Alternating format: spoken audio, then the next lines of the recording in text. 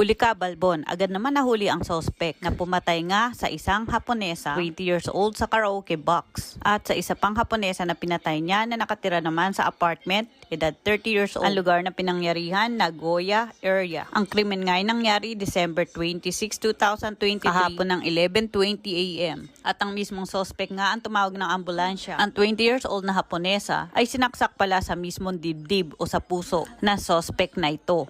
Dito mismo sa loob ng karaoke box. Bago pa ito mangyari, meron na siyang naunang pinatay na Haponesa, yung nakatira nga sa apartment, na halos 2 kilometers lang din ang agwat ng apartment sa mismong Jumbo Karaoke Box. Agad naman napuntahan ng mga pulis ang lugar ng apartment nang aminin ng suspect na meron din siyang pinatay sa apartment. At ito nga ay natagpuan dito sa bathroom or kanyang mismong bathtub. Ay kinamatay nito ay pagkalunod at hindi pa nalalaman ng ibang dahilan ng pagkamatay nito. Natagpuan daw ang Haponesang 30 years old na hubot